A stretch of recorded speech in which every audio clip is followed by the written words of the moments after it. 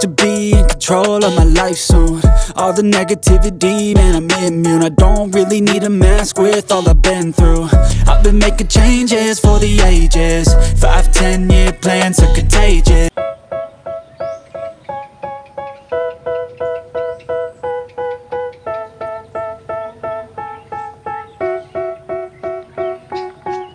Assalamualaikum warahmatullahi wabarakatuh. Selamat berjumpa kembali dengan saya Jenderal Lu. Kali ini kita akan membahas tentang bagaimana cara merawat aglonema. Yuk simak penjelasannya. Don't slack off, wake up every morning, make a good impression on your boss. Don't do anything that I wouldn't do. And when you're making money, make sure you don't spend it too soon.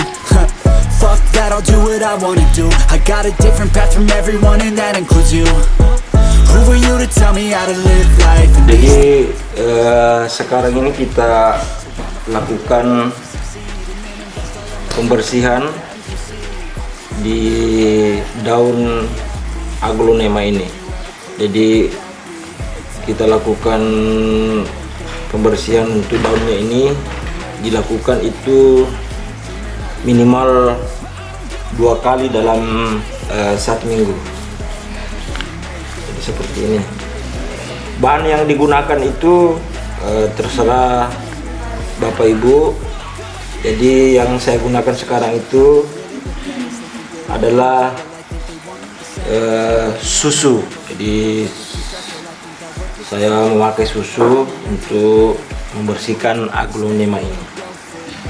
To be in control of my life soon. All the negativity, man, I'm immune. I don't really need a mask with all I've been through. I've been making changes for the ages. 5, 10 year plans are contagious.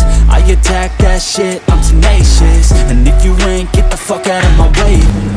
Jadi itu tadi salah satu cara merawat bunga aglonema kesayangan para pecinta bunga, yakni aglonema suksong.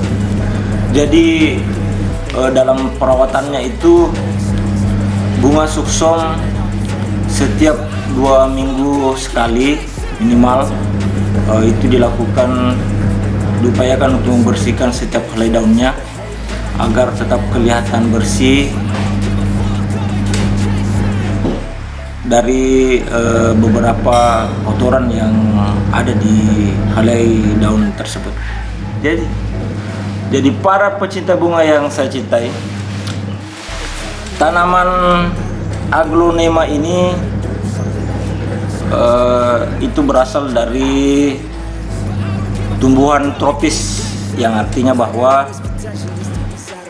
tanaman ini itu tidak memerlukan matahari yang cukup banyak. Jadi penyinaran sinar matahari untuk bunga aglonema ini yang dibutuhkan hanyalah sekitar 20-40% penyiraran matahari dalam 1 hari. Jadi bunga aglonema ini sangat diminati oleh banyak kalangan, termasuk mulai dari ibu rumah tangga sampai dengan para pejabat. Dikarenakan karena bunga aglonema ini itu memiliki keindahan yang sangat luar biasa, itu khusus bagi para pecintanya. Dan satu hal lagi, bahwa bunga aglonema ini itu dianggap sebagai bunga pembawa rezeki. Jadi makanya bunga aglonema ini biasa juga dikenal sebagai Sri Rezeki. Bunga aglonema itu di luar negeri disebut dengan Chinese Evergreen. Jadi bunga ini memiliki corak, warna dan bentuk dari ukuran daun yang berbeda-beda.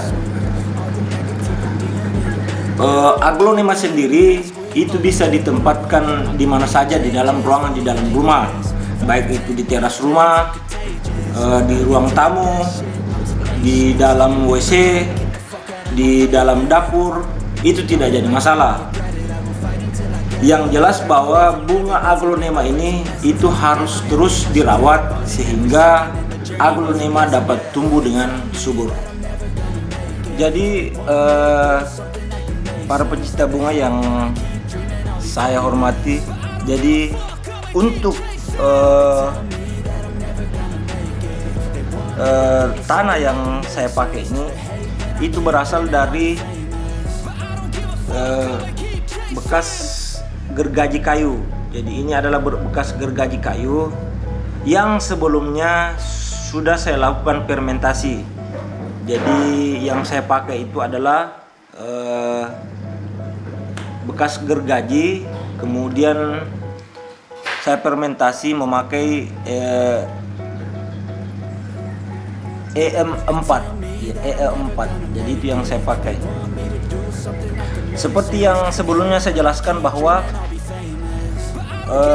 tumbuhan ini adalah tumbuhan yang berasal dari daerah tropis, sehingga kelembapan udara itu sangat dibutuhkan untuk tumbuhan aglonema ini sendiri. Seperti itu. So get a good job, don't slack off. Wake up every morning, make it good. Jadi bunga aglonema sendiri ini itu adalah bunga hibrida. Hibrida yang saya maksud di sini adalah hasil persilangan dari beberapa bunga aglonema yang lainnya.